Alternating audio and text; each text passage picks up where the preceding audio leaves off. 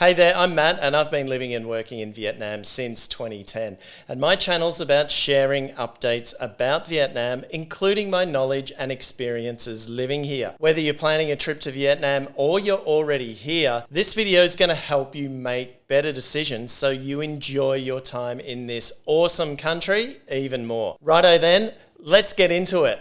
In a move that will disappoint Instagrammers, YouTubers and entrepreneurial locals, the Hanoi Department of Tourism has asked travel agencies to stop organising tours to Train Street in the old quarter of Hanoi because of safety concerns. For those of you who don't know and are perhaps blissfully unaware because you're not on Instagram or TikTok, or that trains just simply don't rock your boat, Train Street is lined with makeshift coffee shops in residential dwellings within touching distance of passing trains and draws large crowds of mostly foreign tourists, making it quite a unique experience for them while in Vietnam. I mean, it is a great spot to witness Vietnam's geriatric fleet of diesel trains chug by sporadically while thinking, thank fuck I'm not on that. Nah, they're not that bad. He says, well, not on one. The thing is, Train Street has actually been officially closed as a tourist attraction since September 2022 due to a number of near misses, or is it near hits? Maybe in some cases, not near enough. However, cafes continue to operate and tourists, either knowingly or not, continue to line the tracks to capture video of the experience for their social media. Which reminds me, check out my recent video on the Vietnamese laws you may accidentally break while you're here. So the ban by the Hanoi Department of Tourism is seen as a measure to ensure tourist safety, which to me seems reasonable, while others would rather see the stretch of track turned into a proper tourist attraction with maybe a cable car, fake beach, and even a zoo with African animals, which also seems reasonable, especially given that group tour operators charge between 20 to 40 US bucks per person for a walking tour that includes a visit to the street. Not bad for an attraction that has organically sprung up thanks to social media and that you can see for free if you make an effort to get there yourself. Let me know what you think in the comments. Should Train Street be properly shut down or turned into an official tourist attraction? Interestingly, recent local news has focused on debate at higher levels of government about the feasibility of relocating Train Street away from the popular tourist area. It's an interesting paradox because for their entire stay,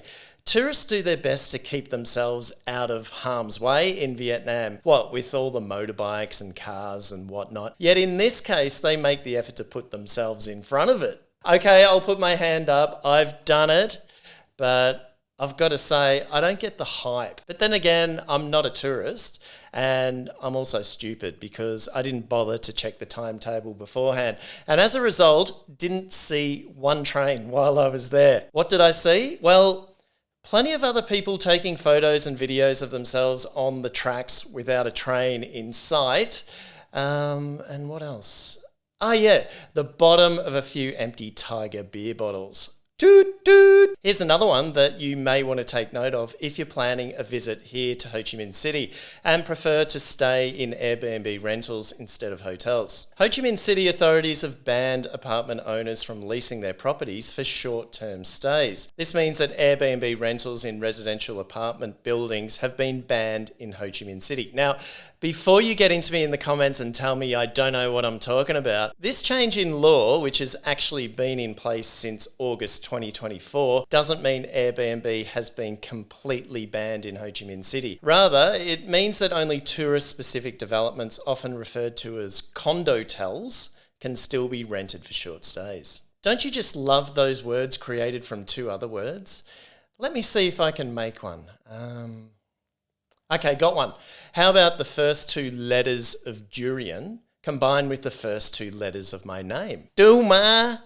Anyway, back to the serious stuff. Renting out apartments for short-term stays or for tourism purposes effectively means short-term accommodation falls into the category of hotel business, which means they're subject to stricter standards like fire safety, guest registration with the local police, and actually running water in the bathroom, at least in theory. The ban has come about after sustained complaints from long-term residents about noise, safety, and the misuse of shared facilities.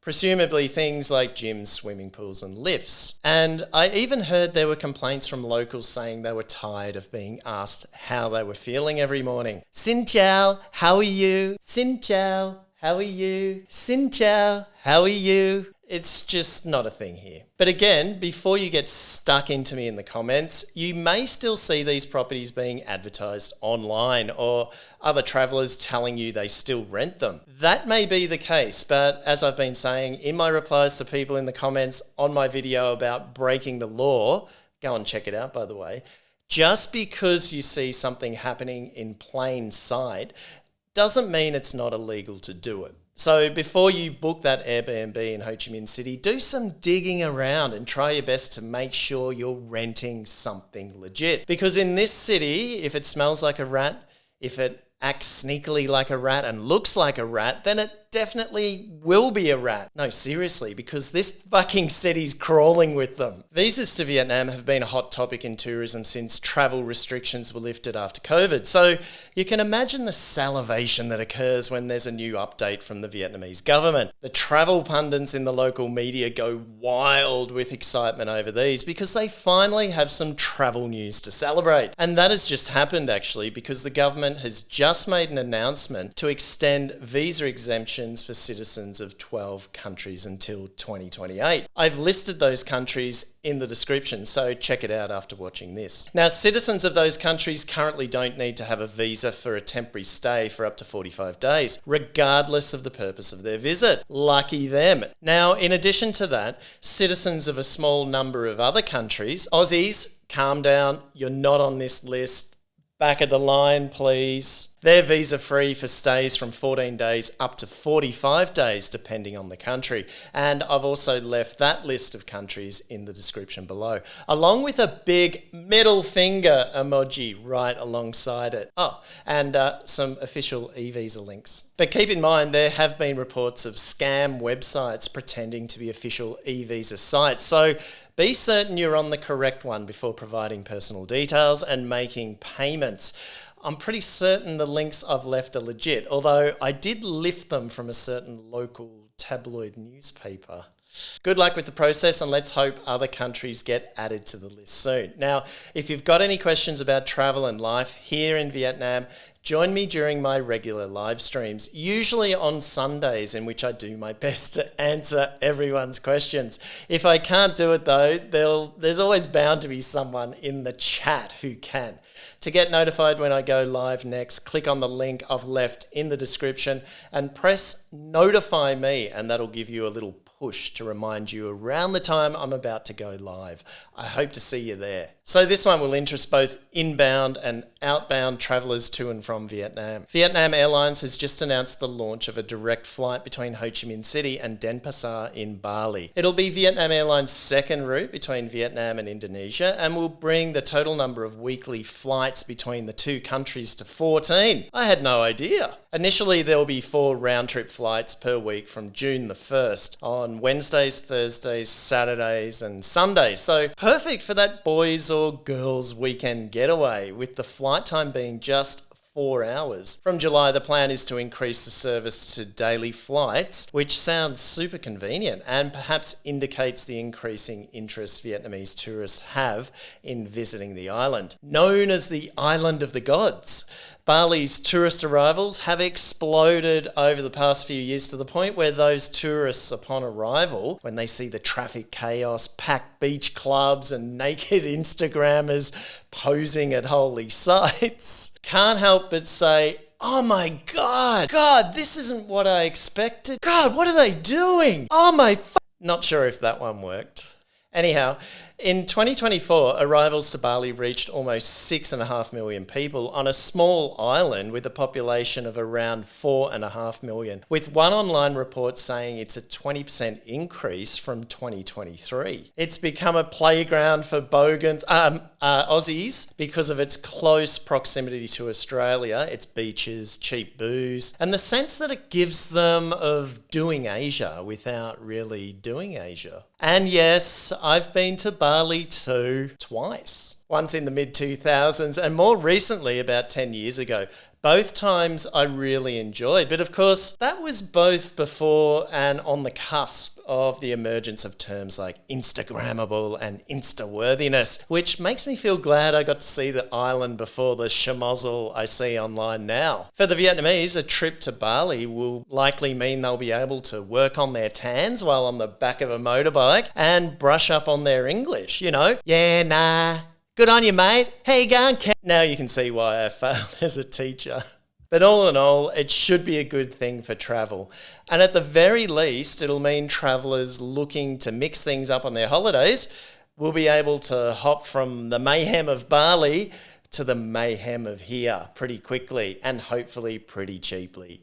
Now, to wrap up this video, I wanted to end it with a feel-good story from an industry that often serves us up doom and gloom predictions. It relates to the Cham Islands, 20 kilometres off the coast of Hoi An in central Vietnam. Now, the management of the Cham Islands Marine Protected Area has called on local fishermen and tourists to take their rubbish back to the mainland for treatment, rather than leaving it behind to be dumped in a landfill on the islands. Currently, 5 tonnes of waste is being generated per day from tourist activities, fishing, and the 2,400 inhabitants on the island, with half of it being burnt while the other half goes to landfill. A survey in 2023 revealed that 80% of waste collected from the beaches was plastic, foam, presumably from the boxes used for keeping seafood fresh, and ghost fishing nets often dumped at sea by fishing boats. Now, I think this is a great idea to help protect the UNESCO listed site, which is home to 1,500 hectares of tropical forests,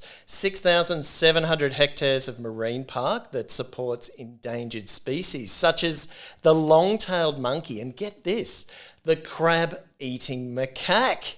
Now, those guys have expensive tastes. Righto, that's it for this one. I hope you liked it and learnt something too. Now, don't forget my live streams on Sundays. Check my live tab for the next one. Until then, take care and stay safe, and I'll see you in the next one.